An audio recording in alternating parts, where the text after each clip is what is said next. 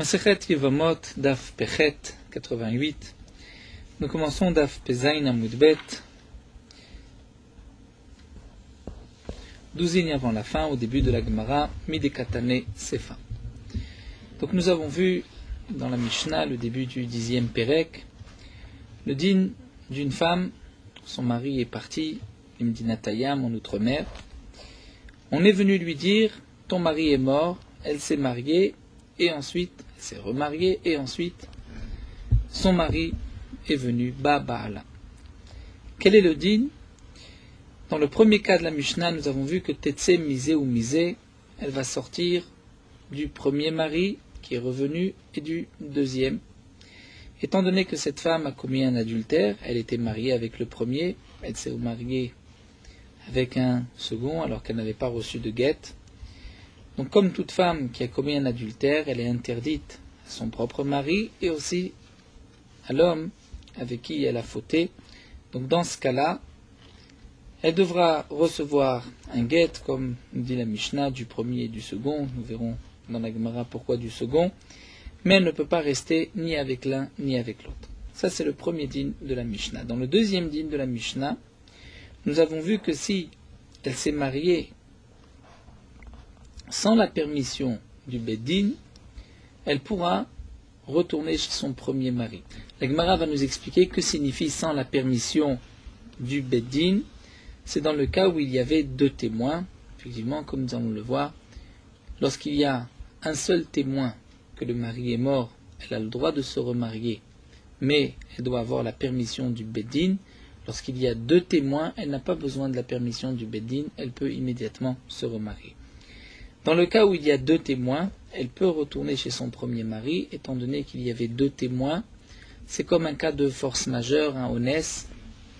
Elle pensait vraiment que son mari était décédé. C'est le din de la Torah qu'on doit croire deux témoins. Donc puisque c'est un onès, c'est comme une femme qui a été violée, qui est permise à son mari. C'est là la différence entre la Recha, le premier cas de la Mishnah, et le deuxième cas. Dans le premier cas, il n'y avait qu'un seul témoin, comme nous allons le voir, et dans le deuxième cas, il y avait deux témoins. Lorsqu'il y a un seul témoin, c'est vrai qu'elle peut se remarier, mais ce n'est pas considéré comme un onès, comme un cas de force majeure, bien que, comme nous allons le voir, les Khamim ont permis à une femme de se remarier lorsque il y a un seul témoin qui vient dire que son mari est mort. Malgré tout, les Khamim considère que ce n'est pas un onès puisqu'on permet à une femme de se marier avec un seul témoin parce qu'on est sûr qu'elle va bien vérifier et qu'elle sera sûre avant de se remarier que son mari est mort. Donc dans le cas où le mari est revenu, elle n'a pas suffisamment fait de recherche et c'est pour cela qu'elle devra sortir du premier et du deuxième. Alors la Gemara nous dit Midi katane sefan niset shelo birshut, puisque dans le deuxième cas on voit c'est marqué, elle s'est mariée sans la permission du Beddin, Muteret Lachzorlo, qu'elle peut retourner chez son premier mari. C'est comme un cas de onès, un cas de force majeure. Donc ce qui est marqué chez l'Obirshut signifie chez l'Obirshut Beddin, sans la permission du Beddin, elle a Be'edim. Mais il y avait deux témoins qui lui ont dit ton mari est mort, c'est pour cela qu'elle a pu se marier.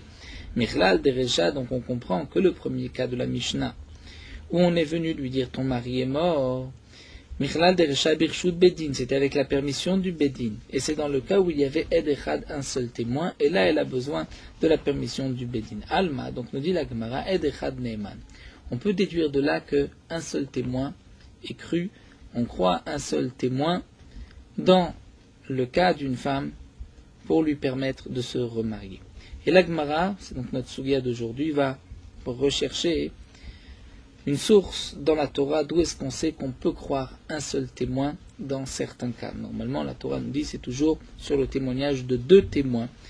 Donc, d'où est-ce qu'on sait qu'un seul témoin? Donc la Gemara nous rapporte ici d'abord un premier cas où on voit qu'un seul témoin, on le croit. Vetnan Name, c'est marqué aussi Urzeku liot mesiim ed mipi ed. Les Chachamim, Urzeku ont pris d'habitude une sorte de chazaka, liot mesiim, de permettre à une femme de se remarier ed mipi ed, même si c'est un témoin qui a entendu d'un autre témoin. Normalement, on ne peut pas témoigner d'une chose qu'on n'a pas vue, une chose qu'on a entendue d'un autre témoin, on ne peut pas témoigner. Mais là, on permet Ed mipi Ed, Veisha mipi Isha, une femme qui normalement ne peut pas témoigner. Dans ce cas-là, elle pourra témoigner, mipi Isha, même si elle a entendu le témoignage d'une femme, Veisha mipi Eved, ou une femme d'un esclave, ou mipi Shifra, ou d'une servante, qui généralement eux aussi ne sont pas de bons témoins.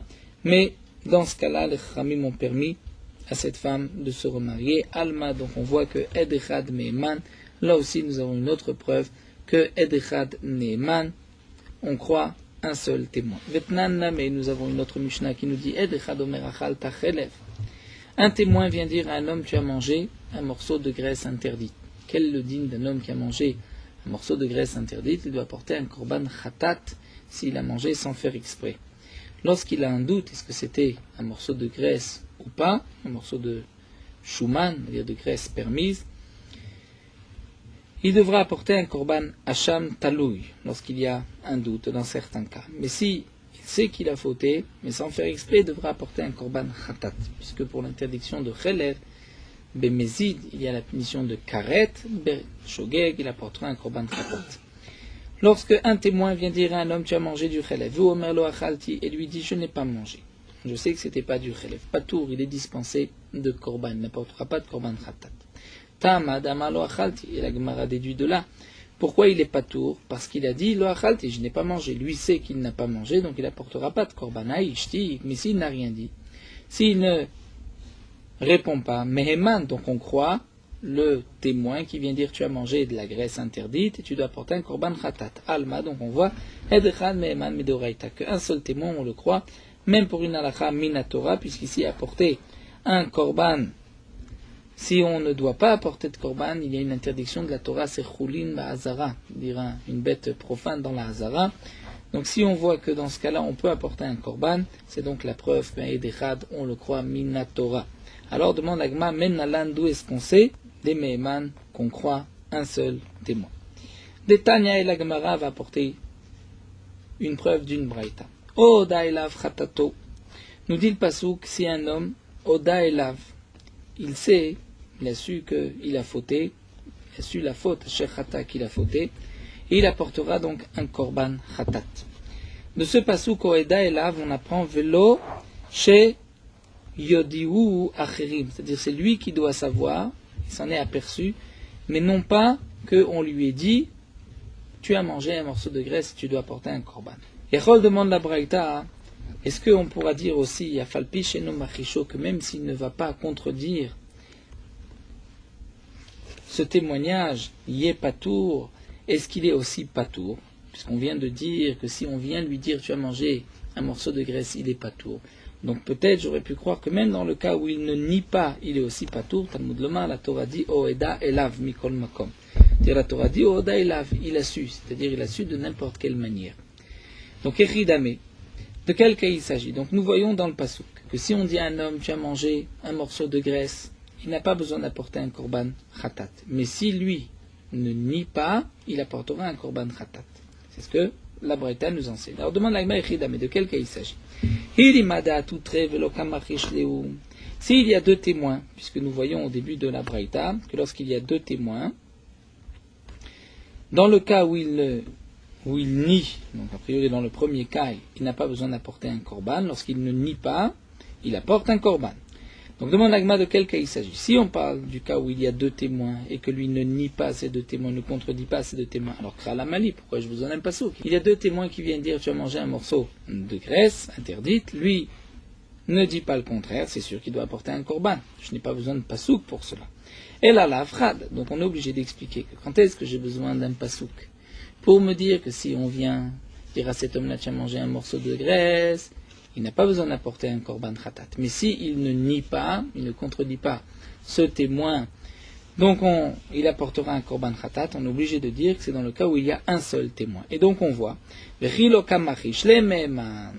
donc de ce pasouk, de cette braïta, on voit que lorsque un témoin vient dire à un homme, tu as mangé un morceau de graisse, il n'est pas obligé d'apporter un korban khatat, mais s'il ne nie pas, il ne contredit pas le témoin, là, il est chayav d'apporter vekilo kamachish me'eman. Et lorsque il ne contredit pas le témoin, donc on le croit, shma mina, on peut apporter de là une preuve que dechad me'eman, qu'un seul témoin est cru. Donc la Gemara apporte du pasouk, du korban khatat. C'est marqué dans le pasouk. Nous avons vu dans la braïta que lorsqu'on vient dire à un homme tu as mangé un morceau de graisse, il n'a pas besoin d'apporter un korban khatat, mais s'il ne nie pas et ne contredit pas ce témoignage, il doit apporter un korban khatat. Donc de quel cas il s'agit? Évidemment pas du cas où il y a deux témoins, parce que là c'est évident, je n'ai pas besoin de pasouk, que s'il ne contredit pas les deux témoins, il doit apporter un korban khatat. Donc on est obligé de dire, c'est lorsqu'il y a un seul témoin. Et donc là le pasouk vient nous dire, lorsqu'il y a un seul témoin, si tu ne le contredis pas, tu apportes un korban, mais si tu n'es pas d'accord, là, tu n'as pas besoin d'apporter un korban. En tout cas, nous voyons que dans le cas où tu ne le contredis pas, tu apportes un korban et donc on croit ce témoin.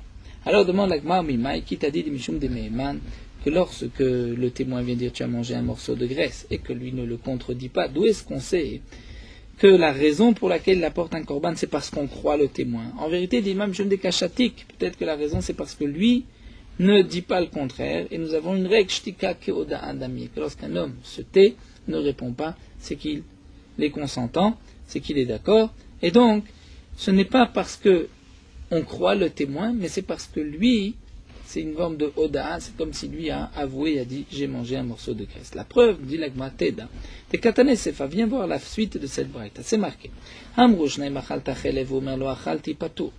Si deux personnes sont venues dire à un homme tu as mangé un morceau de graisse, et lui les contredit, dit je n'ai pas mangé. Patour, il est dispensé de korban. Rabbi Meir mechayev, mais Rabbi Meir dit qu'il est chayav. Haman Rabbi Meir va renforcer ses paroles, va dire d'où est-ce que je sais qu'il doit apporter un korban khatat? Dit Rabbi Meir, kal vachomer. Lorsque nous avons deux témoins ont la force de condamner à mort une personne. Donc s'ils ont la force de l'amener à la mort, n'est-ce pas qu'ils ont aussi la force de lui amener un korban qui est plus léger que le riyuv mita? Donc si deux témoins viennent dire tu as mangé un morceau de graisse et que lui dit je n'ai pas mangé, d'après Rabbi Meir on les croit, les témoins, il doit apporter un korban khatat. D'après Tanakama, il n'a pas besoin. Amroulo, mais les Chachamim ont répondu à Rabbi Meir, ils ont dit Maïm Yirtzelomar Mezid Haïti. Quel va être le din si c'est vrai que ces deux témoins viennent dire tu as mangé un morceau de graisse interdite? Lui, lorsqu'il dit je n'ai pas mangé, pourquoi on va dire qu'il est patour? Parce qu'il aurait très bien pu ne pas les contredire, dire effectivement c'est vrai que j'ai mangé, mais j'ai mangé volontairement. Et lorsqu'un homme transgresse une avéra, il mange un morceau de graisse interdite bémézite, il n'a pas besoin d'apporter un korban. Tout le korban c'est béshogeg. Et sur sa kavana, la personne ne le contredit. Donc pourquoi nous disent les chachamim patour, il est dispensé d'un korban? C'est parce que tu dois lui faire confiance, parce que si vraiment il avait mangé, il voulait juste contredire les témoins, il aurait très bien pu dire j'ai mangé volontairement. Donc lorsqu'il dit lo achalti, je n'ai pas mangé, on le croit et il est patour. Donc là nous avons une marloquette entre Tanakama et Rabbi Meir. Tanakama pense que lorsque deux témoins viennent dire tu as mangé un morceau de graisse et lui dit je n'ai pas mangé, il est dispensé de korban. D'après Rabbi Meir, il est chayav. Donc la Gemara continue, la Gemara nous dit puisque tu vois que dans la Sefa, dans la suite de cette braïta, il y a une marloquette entre Rabbi Meir et Tanakama, c'est que dans le premier cas de la braïta où il y avait un seul témoin, il n'y avait pas de marloquette. Et là, tout le monde est d'accord dans le premier cas que lorsqu'il se tait, comme nous avons voulu le déduire, lorsqu'il se tait, il ne contredit pas les témoins, eh bien, on croit le témoin. Donc, Recha, nous dit la Gemara, dans la Recha, dans le premier cas, Maïtama kamechayve et Rabbanan. Pourquoi, d'après les Chachamim, c'est-à-dire d'après Tanakama, il est chayav, il doit apporter un korban, lorsque il ne contredit pas le témoin. Il est mamishum de Meheman. Si c'est parce que on le croit, on croit le premier témoin. Et reprenons le cas. La Gemara avait rapporté une braïta où dans le début de la braïta, on nous parle d'un seul témoin. Un seul témoin ne peut pas rendre chayav un homme d'un korban khatat. Mais si cet homme-là ne le contredit pas, dans ce cas-là, il doit apporter un korban khatat. Donc la question qu'on se pose, c'est est-ce que, dans ce cas-là, il apporte un korban khatat parce que je crois le témoin, ou c'est parce que lui ne le contredit pas, donc c'est comme shtika keoda. Et la Gemara a voulu apporter une preuve que c'est Shtika Keoda de la Sefa. Puisque dans la Sefa, dans la suite de la Braïta, on parle, lorsque deux témoins sont venus dire tu as mangé un morceau de graisse et que lui dit je n'ai pas mangé, nous avons une marloquette entre Rabbi Meir et Tanakama, c'est-à-dire les Chachamim. Les Chachamim nous disent qu'il est patour. Mais dans la Recha, dans le premier cas, là même les Chachamim sont d'accord que s'il se tait, il est chayav. C'est-à-dire comme nous l'avons déduit, comme nous l'avons vu dans la Braïta, lorsque un témoin vient lui dire tu dois apporter un korban khatat, il est patour, mais s'il se tait, il doit apporter un korban khatat. Donc quelle est la raison pourquoi dans ce cas-là il apporte un korban khatat dans la Recha? Il est Maïlagma continue. Si c'est parce que Mishum de Meheman, parce que je crois le témoin, Veha, pourtant demande l'agma très béalma, d'afalgal de kamachish lewinu mehemne, vekapatre rabanan. Pourtant dans le deuxième cas, où il y a deux témoins, et lorsqu'il y a deux témoins, c'est sûr qu'on va croire les deux témoins, même contre lui. Et pourtant, lorsque lui va contredire ces deux témoins, eh bien, on le croit à lui, et d'après les Chachamim, il est patour, il n'a pas besoin d'apporter un korban. Bien que généralement, deux témoins, on les croit dans tous les cas. Donc, quelle est la raison? Pourquoi dans le premier cas, lorsque un témoin vient dire tu dois apporter un korban khatat, tu as mangé un morceau de graisse, et que lui ne contredit pas ce témoin, comment se fait-il qu'on le croit? Comment se fait-il qu'il doit apporter un korban khatat? C'est certainement pas par la némanout, parce qu'on croit ce témoin, puisque tu vois que dans la Sefa, dans le deuxième cas, même lorsque j'ai deux témoins, c'est-à-dire que deux témoins, lorsque cette personne les contredit, les deux témoins ont la même force qu'un témoin lorsque le propriétaire, la personne concernée ne contredit pas ce témoin. Et donc, puisque tu vois que dans la Sefa, deux témoins, et lui les contredit, il est dispensé de korban d'après les Chachamim.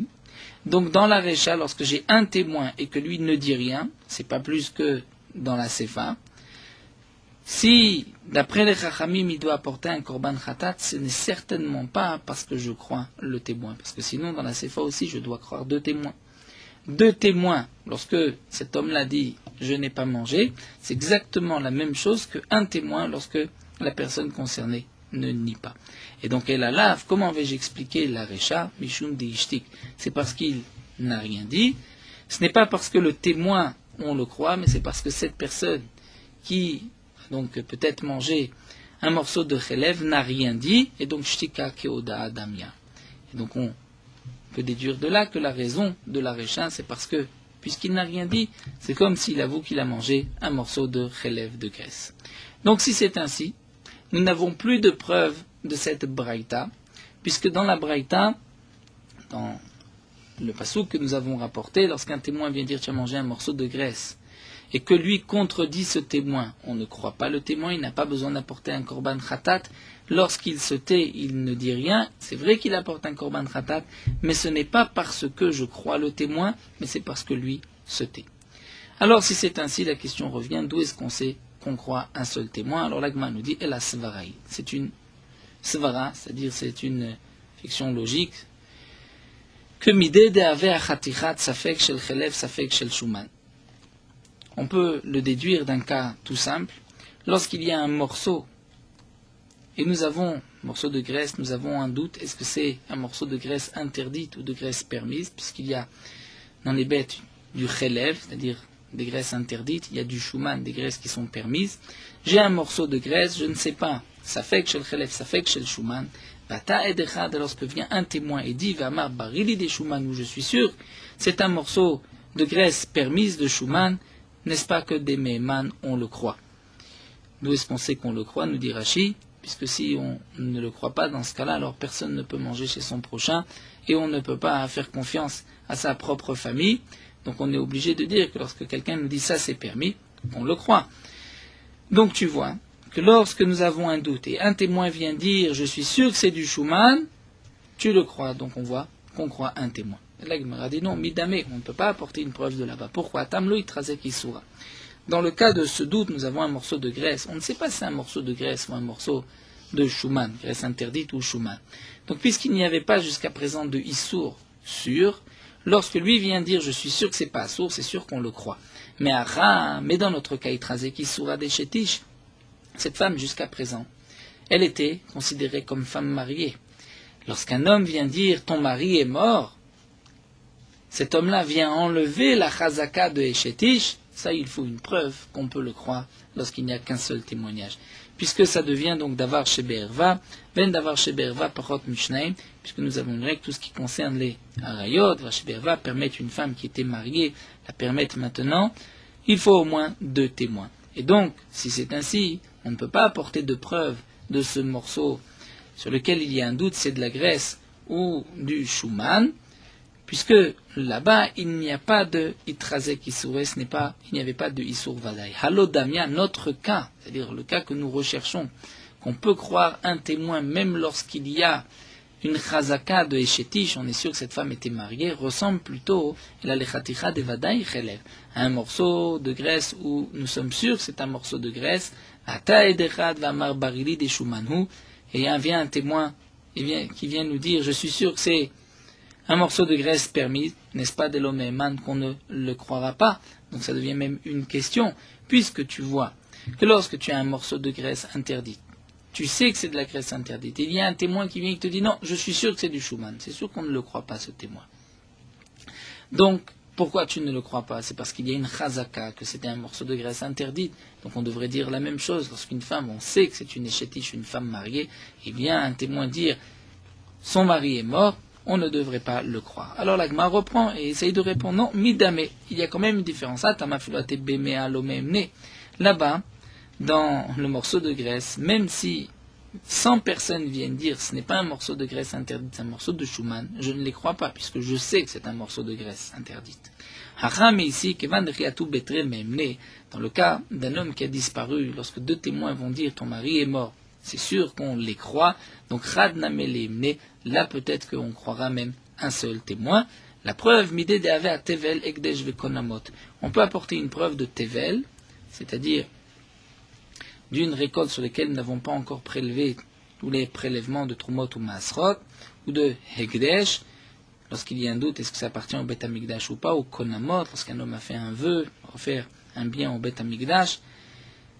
Là-bas, on croit un seul témoin, donc on devrait croire aussi, même dans le cas de Itrazek, c'est-à-dire nous sommes sûrs que la femme était mariée, lorsqu'un témoin vient, on devrait le croire, comme pour Tevel, Ekdesh, Konamot, où là aussi, comme nous allons le voir, c'est Itrazek qui soit, nous savons qu'il y avait une interdiction, et pourtant, on croit un témoin.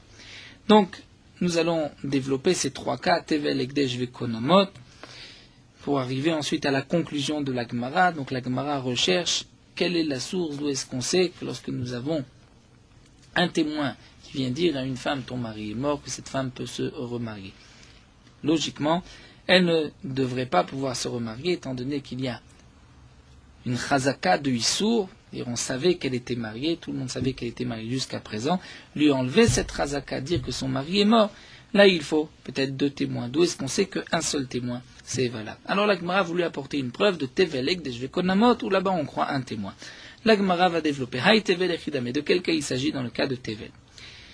Si c'est Tevel, c'est-à-dire un homme vient dire cette récolte était Tevel, mais les prélèvements de Trumot ou Masrot ont été prélevés, donc maintenant on peut consommer cette récolte.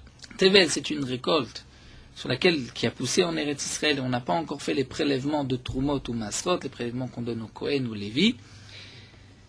Donc si nous avons une récolte de Tevel, c'est-à-dire nous savons, c'est sûr qu'il y avait eu un Issour, puisqu'elle était Tevel, et qu'un homme vient dire, elle est permise puisqu'on a prélevé Trumot ou Masrot, donc dans ce cas-là, nous dit la Gemara, on le croit, malgré qu'il y avait une Cheskat Issour. Alors demande la Gemara, mais dans quel cas on le croit? Il dit, si c'est sa récolte à lui, bien sûr qu'on le croit, Mishum de Biadol Takna, étant donné qu'il y a une svara, c'est que lui a la possibilité, les takno, d'arranger son Tevel, il peut prélever, donc puisqu'il a dans ses mains la possibilité de prélever, s'il nous dit ça a été prélevé, je le crois. Elle a des achères. Donc on parle dans le cas où un homme vient dire sur la récolte de son prochain, les prélèvements ont été faits.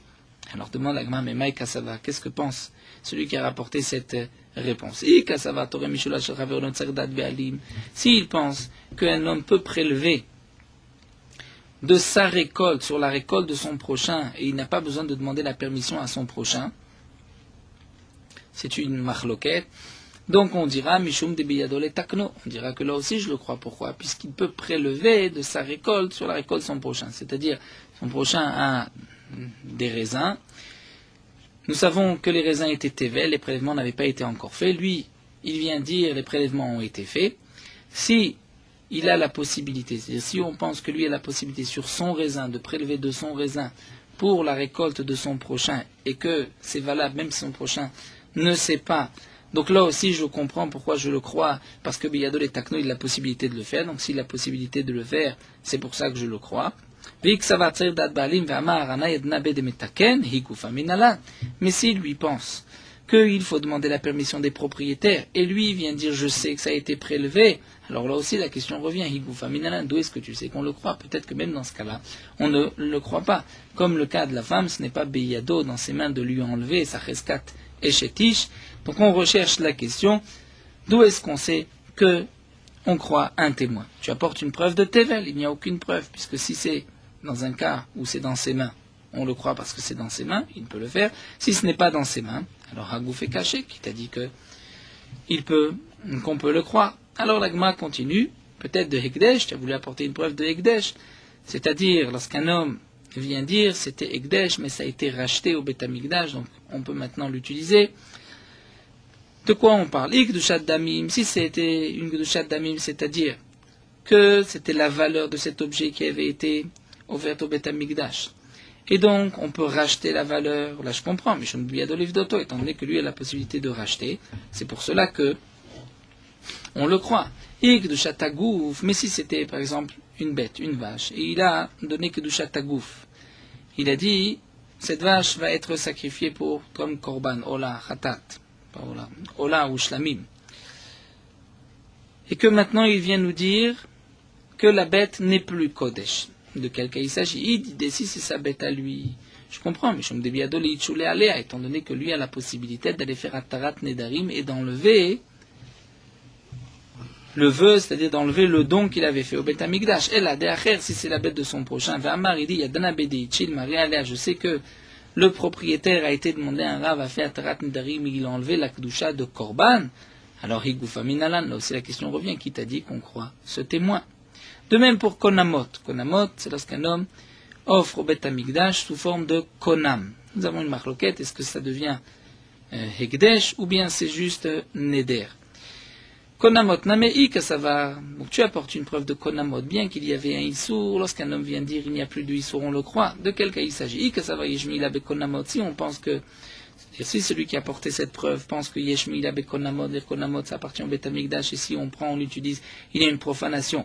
Vekdushat Damim Nachtaliou, il y a une sainteté sur la valeur de cet objet. Lorsqu'on dit Konam, tel objet, il y a Kdushat Damim.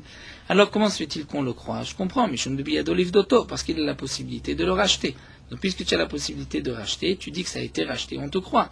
S'il pense qu'il n'y a pas de Mila Bekonamot, Visur Be'alma ou de Rachiv Lewa Ketfe, c'est seulement une interdiction sur lui, c'est-à-dire il s'interdit comme un lachon neder. Lorsqu'un homme dit Konamot, Konem, Davar Ze'alai, est-ce que ça veut dire je me l'interdis comme un neder, ou ça veut dire c'est Hekdesh, ça appartient au Beth Amikdash. Si ça appartient au Beth Amikdash et que tu dis qu'on le croit, je comprends, parce que tu peux racheter au Beth Amikdash.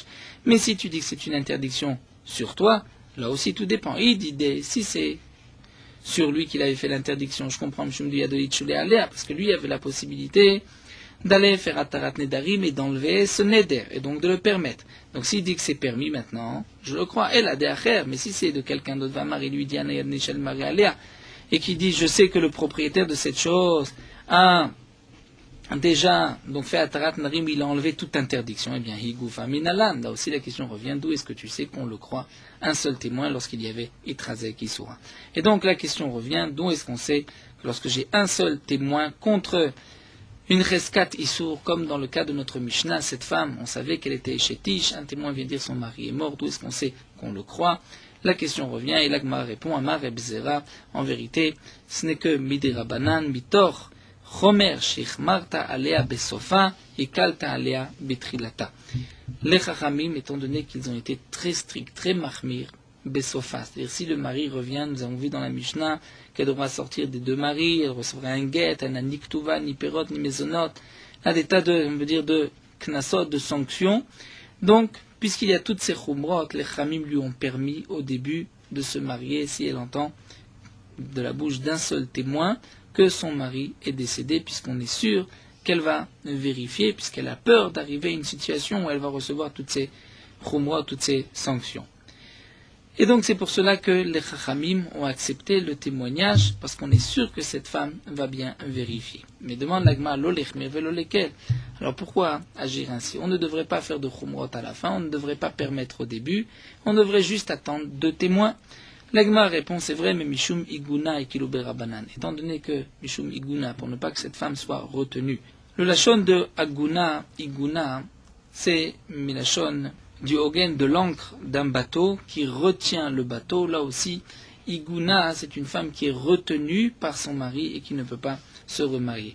Donc, Mishum Iguna Ikelub Rabbanan, pour ne pas que cette femme reste dans le doute, qu'elle ne puisse pas se remarier puisqu'elle n'a pas eu de nouvelles de son mari, c'est pour cela que les Khamim ont été mekil, de lui permettre de se marier, même après le témoignage d'un seul témoin, puisqu'on est sûr qu'elle va bien faire attention pour ne pas se retrouver ensuite dans une situation où elle devra quitter et le premier mari et le deuxième.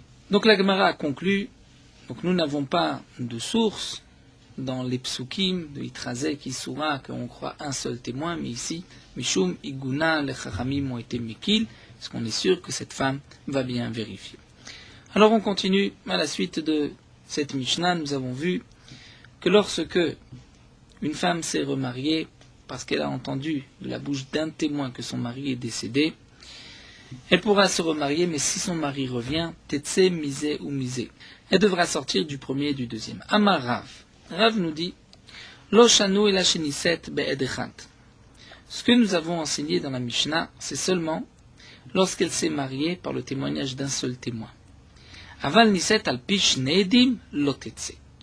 Mais si elle s'est mariée par le témoignage de 2 témoins, sur la bouche de 2 témoins qui ont dit que son mari est mort, l'otetse, elle n'a pas besoin de sortir. Donc on comprend l'otetse du deuxième mari. Ça voudrait dire que même si le mari revient, elle n'a pas besoin de sortir du deuxième mari. Et là, la Gemara nous dit, mais chakwa le abema rava, en Eretz Israël, on se moquait de cet enseignement de Rav, puisque en Eretz Israël, on disait Ata Gavra avec Kae, le mari est revenu, il est là. Ve'at amata lotetse, et toi tu dis qu'elle n'a pas besoin, ne sort pas du deuxième mari, mais c'est une femme qui est mariée avec le premier est revenu, comment tu peux dire qu'elle reste chez le second? Alors la Gemara répond Lotsrira. Dans quel cas Rav a dit que s'il y a 2 témoins, elle ne sort pas du deuxième mari, Lotsrira de loyadin nanle, c'est-à-dire on ne le connaît pas, on n'est pas sûr que c'est le mari. Alors demande la Gemara de loyadin nanle, si on n'est pas sûr que c'est le mari, c'est-à-dire il y a un homme qui vient et qui dit je suis le mari, mais on n'est pas sûr, elle-même ne le reconnaît pas, hein. Donc be'ed echad amaitetse, donc là on ne comprend plus pourquoi Rav nous a enseigné que si il y a un témoin, elle doit sortir. Si elle s'était mariée grâce à un témoin, maintenant elle doit sortir. S'il y a 2 témoins, elle n'a pas besoin de sortir. S'il y a 2 témoins, elle n'a pas besoin de sortir du deuxième mari, bien que le mari est revenu. Pourquoi? Puisqu'on parle dans le cas où on n'est pas sûr que c'est le mari. Donc on n'est pas sûr que c'est le mari, elle peut rester chez le second. Mais si c'est ainsi, même dans le cas où elle s'est mariée par le témoignage d'un seul témoin, si on n'est pas sûr que c'est le mari, donc il est aussi évident qu'elle reste chez le second. Pourquoi on va la sortir? Alors la Gemara répond Lotzricha. De'atu betre, parce qu'on parle dans le cas où il y a 2 témoins qui sont venus avec le mari, ve'amre, qui ont dit Anan avinan beade, mechinafag ve'adashta. On parle dans le cas où il y a 2 témoins qui sont venus dire nous étions avec cet homme-là, ce mari, depuis le moment où il est sorti jusqu'à présent, jusqu'à maintenant, et c'est donc le vrai mari. Et vous, vous ne le reconnaissez pas, dirent-ils, comme c'est marqué à propos de Yosef, Yosef a reconnu ses frères, mais eux ne l'ont pas reconnu. Rafrizda a expliqué comment se fait-il que lui les a reconnus et eux ne l'ont pas reconnu. Mais la maître lorsque Yosef est sorti, il a quitté ses frères, il avait 17 ans, il n'avait pas de barbe. Là, lorsque ses frères l'ont retrouvé, il avait une barbe, et donc ils ne l'ont pas reconnu, mais lui les a reconnus. Donc, on voit de ce cas de Yosef que parfois, peut-être qu'on ne reconnaît pas la personne qui est en face de nous. Donc nous dit la Gemara, on comprend maintenant Rav. Lorsque cette femme s'est mariée par le témoignage d'un seul témoin qui a dit ton mari est mort, et qu'ensuite le mari est revenu, elle ne l'a pas reconnu, mais il y a deux témoins qui ont dit c'est son mari. Là on lui dira à cette femme, tu dois sortir du deuxième, étant donné qu'il y a deux témoins qui disent que c'est ton mari. Mais dans le cas où elle s'est mariée par le témoignage de deux témoins qui ont dit que son mari est mort, et que maintenant le mari est revenu, il y a deux témoins qui disent que c'est le mari, là Rav nous dit qu'elle peut rester chez le second, étant donné qu'il y avait deux témoins qui ont dit que son mari est mort. Et là la Gemara continue et s'étonne, sauf, très vétérani, ça reste 2 contre 2. Nous avons deux témoins qui ont dit que le mari est mort, il y a maintenant deux témoins qui disent c'est lui le mari. Lorsque nous avons 2 contre 2, quel est le din? Le din de 2 très vétré, c'est un safek. Puisque c'est un safek, on ne peut pas permettre au deuxième de rester avec cette femme. Il y a un doute, peut-être que c'est une femme mariée. Et le din de très vétré, nous dit la Gemara Ga'aba, Aléa, celui qui a une relation avec cette femme, Hacham Taloui Kae, il doit porter un korban Hacham Taloui, comme toute personne qui transgresse une avéra de la Torah. Et il y a un doute, est-ce qu'il a transgressé ou pas? Eh bien, il doit porter un Hacham Taloui. Donc, comment est-ce possible, dit la Gemara, que Rav ait pu dire que si elle s'est mariée par le témoignage de deux témoins, et que le mari est revenu, et qu'il y a encore deux témoins qui disent c'est le mari, comment se fait-il qu'elle peut rester chez le deuxième mari, puisque il y a un doute maintenant, s'il y a un doute, le deuxième aussi doit la renvoyer. Alors Amar Rav Sheshat va répondre Kegon Sheniset Lechad Meedea. On parle dans le cas où elle s'est mariée à un des deux témoins. Puisqu'elle s'est mariée à un des deux témoins, donc le témoin lui dit, mais moi je suis sûr que le mari est mort, donc je n'ai pas de doute, je ne dois pas apporter de korban à Sham Taloui. Sham Taloui, c'est lorsqu'on a un doute, lorsqu'il y a deux témoins contre deux témoins. Donc une personne de l'extérieur peut dire, je ne sais pas qui croire, il y a 2 contre 2, j'ai un safek, là il doit apporter un korban à Sham Taloui. Mais si c'est un des deux témoins qui s'est marié avec cette femme, donc lui dit, moi je n'ai aucun doute, j'ai vu que le mari est mort, donc cet homme-là qui est revenu, ce n'est pas le mari, lui n'a pas de problème d'Hacham Taloui. Il demande l'agma, c'est vrai que lui n'a pas de problème, mais hi goufa d'Hacham Taloui quand même. Mais la femme, elle a un safek, elle ne sait pas si c'est son mari, elle ne l'a pas vu mort, donc elle doit apporter un korban Hacham Taloui. Comment on peut la laisser avec le deuxième, même si le deuxième c'était un des témoins, des premiers témoins? Et l'agma répond, Bomer et Barili. On parle dans le cas où la femme dit aussi, Barili, je suis sûr que ce n'est pas mon mari. Donc elle dit, je suis sûr que ce n'est pas mon mari, elle s'est mariée avec un deuxième homme, deuxième personne qui était le témoin de la première fois. Donc c'est pour cela que nous dit Rav, ils peuvent rester, on ne doit pas la faire sortir, étant donné que il y a quand même eu 2 témoins qui ont dit que le mari est mort, et un des 2 témoins, donc lui, est sûr que le mari est mort, il n'a pas de problème, la femme non plus, puisqu'elle dit Barili. Et Harry demande l'agma, il est même Rav. Si c'est ainsi, quel est le chidouche de Rav? Si vraiment Rav nous parle dans ce cas-là, nous avons une question, quel est le chidouche de Rav? Donc reprenons ce que Rav nous enseigne. Rav nous a enseigné que ce qui est marqué dans la Mishnah, que lorsque le mari revient, elle doit sortir du premier et du deuxième mari, si elle s'est remariée, c'est seulement, nous dit Rav, si elle s'est mariée par le témoignage d'un seul témoin. Mais si elle s'est mariée avec le témoignage de 2 témoins, elle n'a pas besoin de sortir du deuxième mari. Et la Gemara a expliqué, on parle dans le cas où on ne reconnaît pas le mari, mais il y a 2 témoins qui viennent dire c'est le mari. Donc maintenant, nous avons 2 contre 2, 2 contre 2, très vétré. Si elle s'est mariée avec un des 2 premiers témoins, et qu'elle aussi est sûre que ce n'est pas son mari, elle peut rester avec le deuxième mari. Alors demande l'agma, quel est le chidouche de Rav? Plus encore, même Afilo Rabbi Menachem Rabbi Yossi, même Rabbi Menachem Rabbi Yossi, comme nous verrons dans la Braïta, qui lui est plus mahmir, mais malgré tout, dans certains cas, et donc dans le cas de Rav, lui aussi sera d'accord qu'elle n'a pas besoin de sortir du deuxième mari. Comme nous l'explique la Gemara, Afilo Rabbi Menachem Rabbi Yossi. Lo Kamar, lui, n'a dit, quand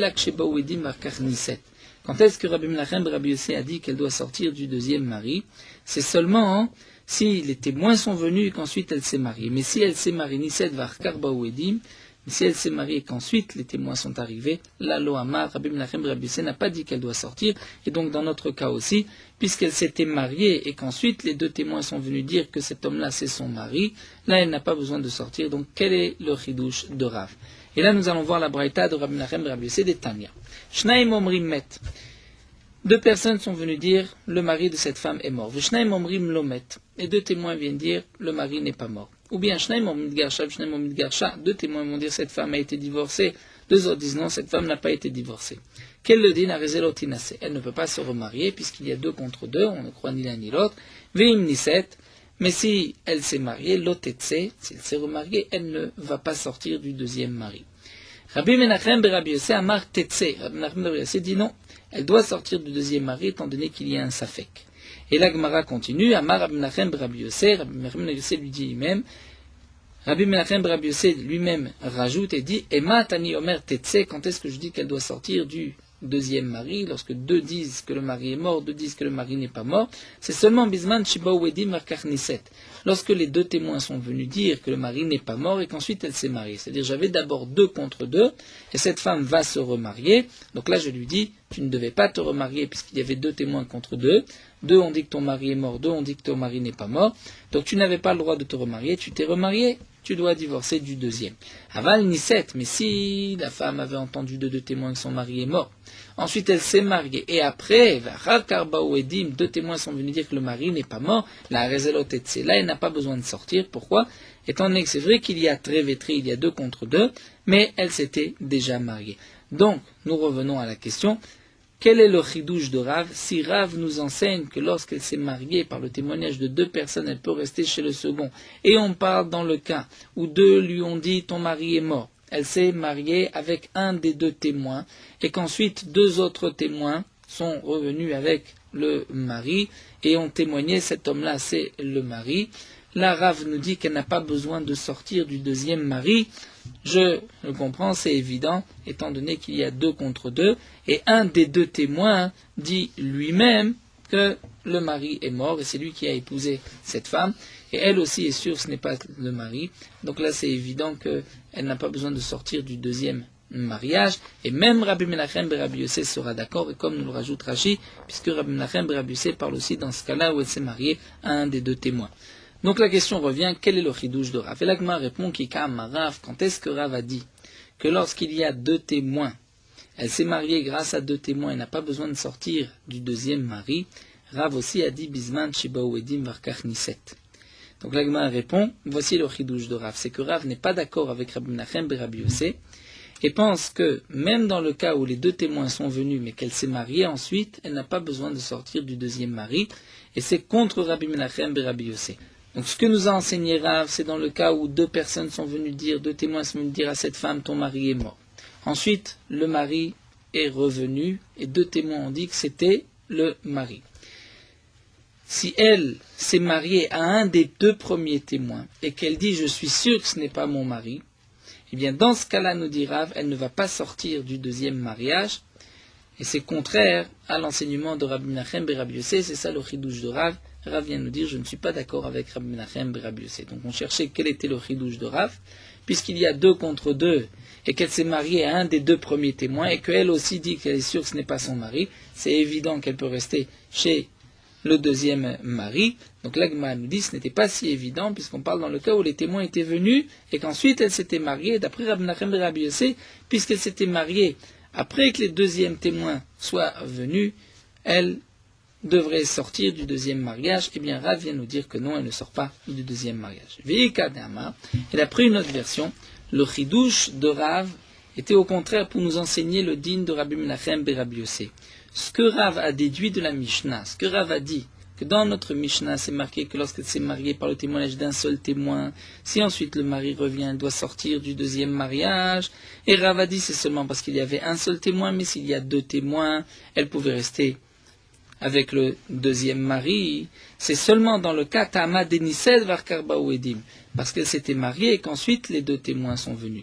Mais Baouedim Varkar Niset, mais si les 2 témoins étaient venus avant et qu'ensuite elle s'était mariée, la Tetse, la Rav, est aussi d'accord qu'elle doit sortir, Keman, donc Rabbi Menachem Rabbi Yossé. Donc Rav, en vérité, est venu nous enseigner que la seule déduction qu'on peut faire de notre Mishnah, c'est seulement dans le cas où elle s'est d'abord mariée et qu'ensuite les témoins sont venus. Là, elle pourra rester chez le deuxième mari, comme l'enseigne aussi Rabbi Menachem Rabbi Yossé. Alors la Gemara continue. Métiv Rava, Rava vient objecter, c'est marqué Minaim Shimlo Ratza Dafno. D'où est-ce qu'on sait qu'un Kohen qui doit faire attention de ne pas se marier avec une divorcée, de ne pas se marier avec une zona, vachalala. Même si le Kohen ne veut pas, d'où est-ce qu'on sait qu'on doit le forcer, même le frapper, l'obliger à respecter cette gdusha, cette sainteté du Kohen, Talmud Lomar, puisque c'est marqué Vekidashto, tu le sanctifieras. C'est à toi de sanctifier le Kohen, Baal Kocho, même si le Kohen ne veut pas, tu dois le pousser, tu dois même le frapper, nous dit Rachid, Dafno, ça veut dire tu le frapperas. Et Ridame, de quel cas il s'agit? Dans quel cas la Torah vient dire que si le Kohen vient transgresser, tu dois l'obliger? Il est madeloniset lechad medea velokam barili. Si on parle dans le cas où cette femme était mariée et qu'ensuite deux témoins sont venus dire son mari est mort et qu'elle s'est remariée entre-temps et que le mari est revenu, donc là on dit qu'il y a eu un Issour Eshetish et donc elle devient zona, elle devient interdite à un Kohen. Et donc il faut forcer le Kohen à la divorcer. De quel cas on parle? Il est madeloniset lechad medea. Si on parle dans le cas où elle ne s'était pas mariée à un de ses témoins, des premiers témoins, Velo Ka'amra Barili, et elle n'a pas dit non plus, je suis sûr que ce n'est pas mon mari, est-ce qu'on a besoin de dire qu'on doit frapper et obliger le Kohen?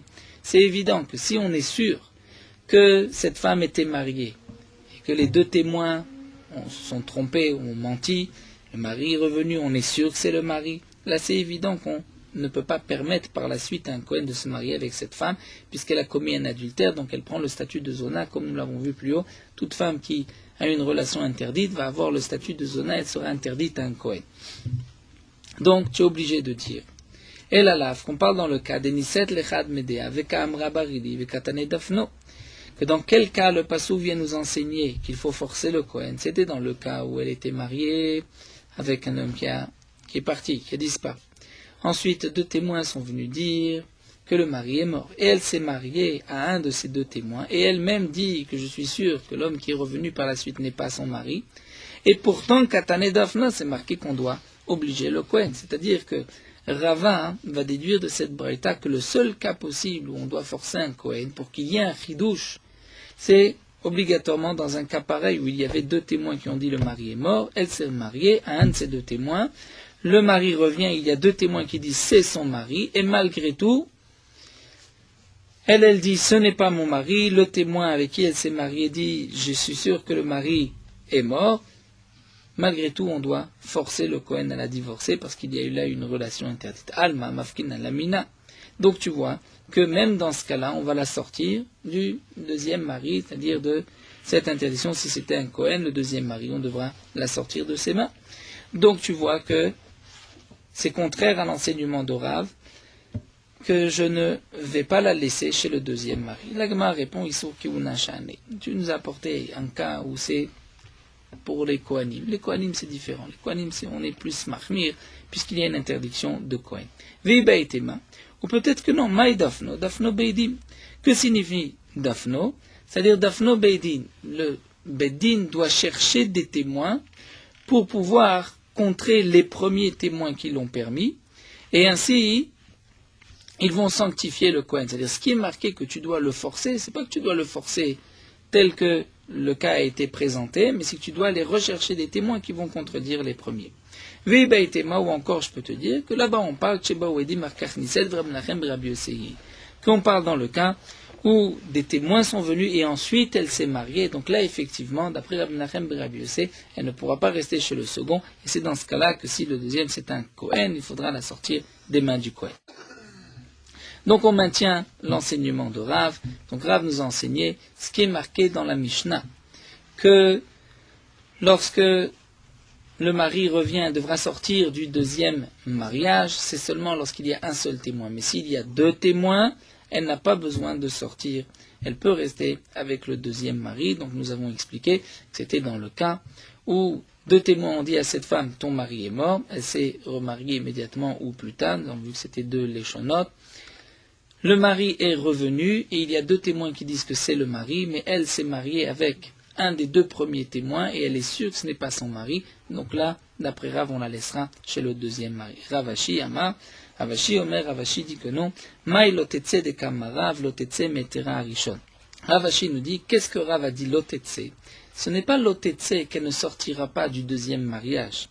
Rav a voulu dire lotetse metera arishon, c'est-à-dire, elle n'est pas interdite au premier mari. C'est-à-dire, Rav vient dire que si elle s'était mariée avec un deuxième homme, parce qu'elle a eu le témoignage de deux témoins, là, lorsque le mari revient, elle est permise au mari. Pourquoi? Au premier, puisque c'était un honnête, puisqu'il y avait ici un cas de force majeure, étant donné qu'elle s'était mariée par le témoignage de deux témoins. Et c'est donc ça, d'après Ravashi, que Rav nous a dit l'otetse. Il ne faut pas comprendre l'otetse du deuxième mariage, mais l'otetse du premier mariage, elle peut rester avec le mari.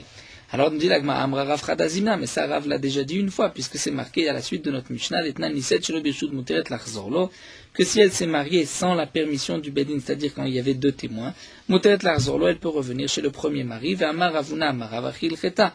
Et Ravuna a dit au nom de Rav, que nous verrons par la suite, Daf Tzadik Aleph, que la halacha est comme cette Mishnah. Donc, Rav nous l'a déjà enseigné, que si elle s'est mariée sur le témoignage de deux témoins, elle peut rester avec le premier. L'agma répond, c'est vrai, mais chada michlal de chaverta. Chada michlala de chaverta. Un enseignement avait été compris de l'autre enseignement. Ce ne sont pas deux enseignements de Rav, où Rav une fois a dit que la halacha était comme cette Mishnah, une fois il avait dit que l'otetse, il avait dit une seule chose, et de là on avait compris que l'otetse et que la halacha est comme la Mishnah. Alors la Gemara continue. Amar Shmuel, Shmuel ici nous enseigne un autre din. Lo shanu ela shelo machashato.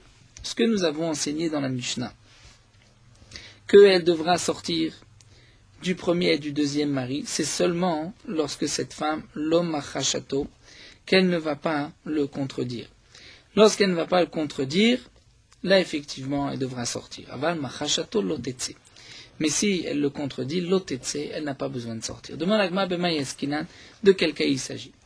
Donc d'après ce que nous avons vu, on va comprendre rapidement cette Gemara. Ilima bebetre, si on parle dans le cas où il y a deux témoins qui viennent dire c'est son mari, et que elle, cette femme, dit ce n'est pas mon mari, qui machishtale mayave, même si elle va contredire ces deux témoins, on ne tient pas compte de ses paroles, étant donné qu'il y a deux témoins qui disent que c'est son mari, c'est évident que cette femme doit sortir du premier et du deuxième mari. Elle a bechad. Donc nous dit la Gemara, on est obligé de dire bechad, c'est-à-dire qu'il y a un seul témoin qui vient dire c'est son mari. Donc cette femme s'était mariée parce qu'elle avait reçu le témoignage d'un témoin qui a dit que le mari est mort. Le mari revient et il y a un seul témoin qui vient dire c'est son mari.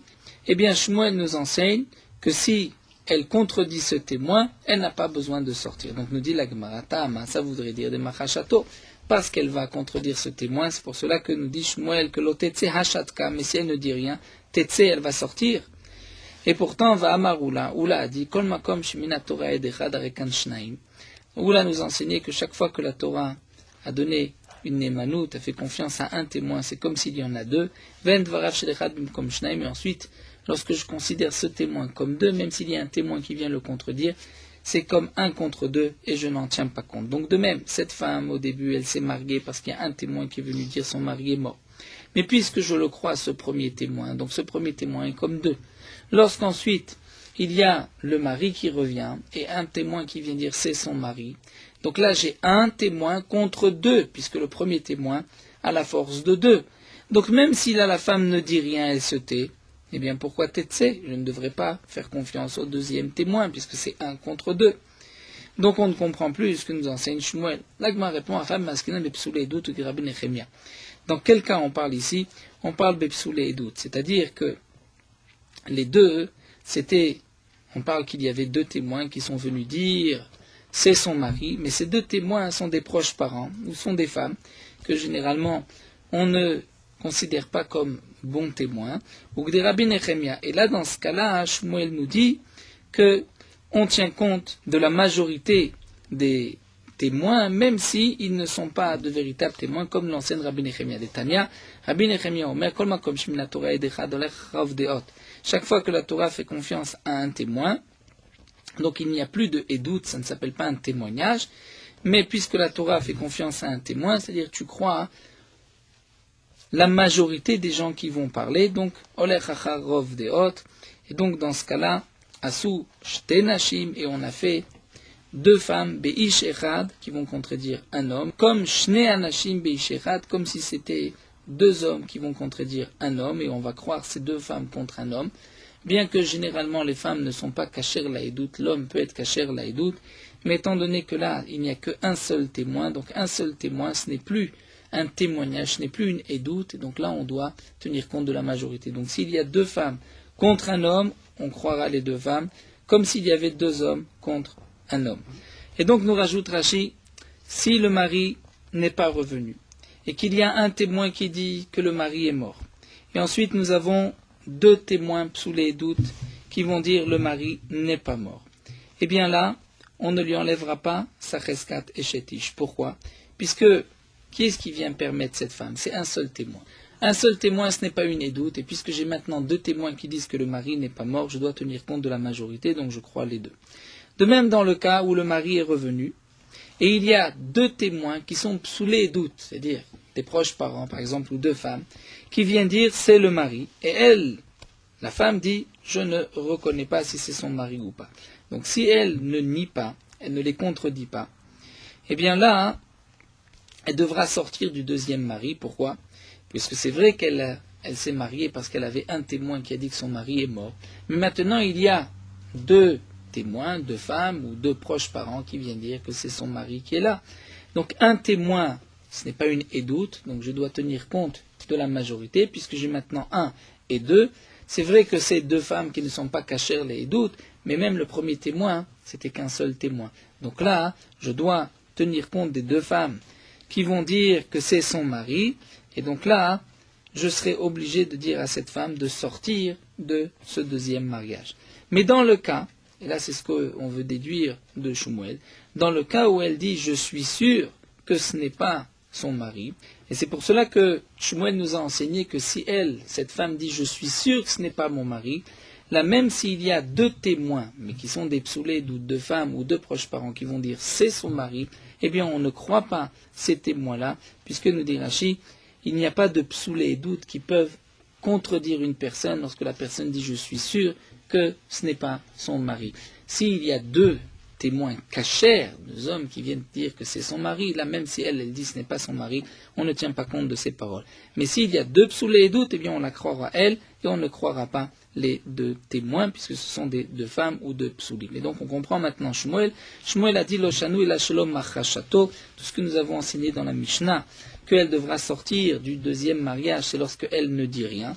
Donc si elle s'était mariée parce qu'il y avait un témoin et qu'ensuite le mari est revenu, il y a deux témoins qui disent, mais deux témoins psoulim, deux femmes, qui disent que c'est son mari, là effectivement elle devra sortir du deuxième mariage, mais si elle refuse, elle nie, elle dit ce n'est pas mon mari, là elle n'a pas besoin de sortir du deuxième mariage.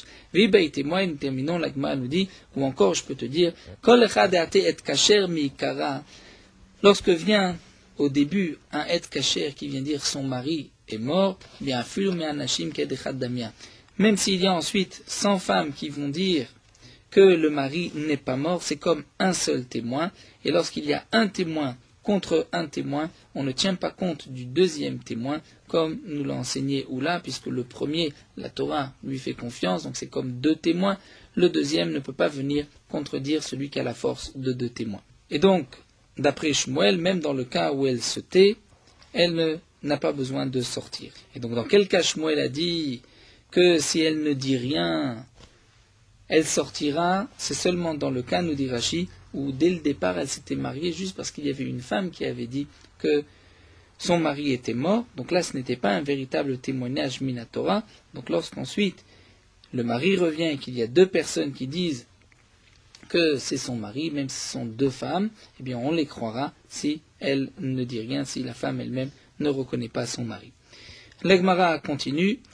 Donc, d'après une autre version, si au début c'était un et kasher, un bon témoin, eh bien on le croit. Même si ensuite il y a 100 femmes qui viennent dire c'est son mari, c'est comme un seul témoin. Mais ici le cas de Shmuel, dans quel cas on parle qu'il y avait une femme qui est venue au début. Et donc c'est pour cela que nous a dit Shmuel que si elle ne contredit pas, hein, elle devra sortir, puisqu'il y a deux femmes maintenant qui vont dire c'est son mari. Et tu vas répondre l'enseignement de Rabbi Nechemia. Ainsi, de cette manière, tu vas dire Rabbi Nechemia Omer, Kol Makom Shemina Torah Edechad Olech Harov Deot. Chaque fois que la Torah a fait confiance à un témoin, tu vas, d'après la majorité Rov Deot de ceux qui ont témoigné, Vasouch Tenashim Beisha Achat Kishne Anashim Beisha Echad. Et on a c'est-à-dire que deux femmes, Beisha Achat, c'est-à-dire contre une femme, c'est comme Shne Anashim Beisha Echad contre deux hommes, contre un homme. C'est-à-dire, de la même manière que lorsqu'il y a deux hommes contre un homme, je tiens compte des deux et pas de cet homme-là. Donc de même, s'il y a deux femmes, Beisha Achat, qui viennent contredire une femme, je tiens compte des deux. Aval Shte Nashim Beisha Echad, qui palga ou palga damé.